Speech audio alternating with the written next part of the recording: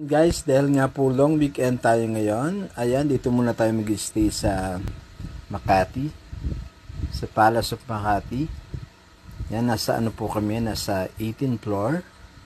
At mamaya ipapakita ko po ang room na pinag-stayan po namin. Yan po, ganun po kataas. Alam nyo naman, pagka enjoy life lang, di ba? Para masaya, enjoy. So please pa-subscribe po ng aking channel. Pa-like po and watch. Tapos pa-share. Okay, maraming salamat po. I'm Sir Melvin at magandang gabi po. Yan, gabi po ngayon dito. Nasa itaas po kami ng building. Okay po. Salamat. Magandang gabi. Yan, may swimming pool pa po yan sa baba. Yan po.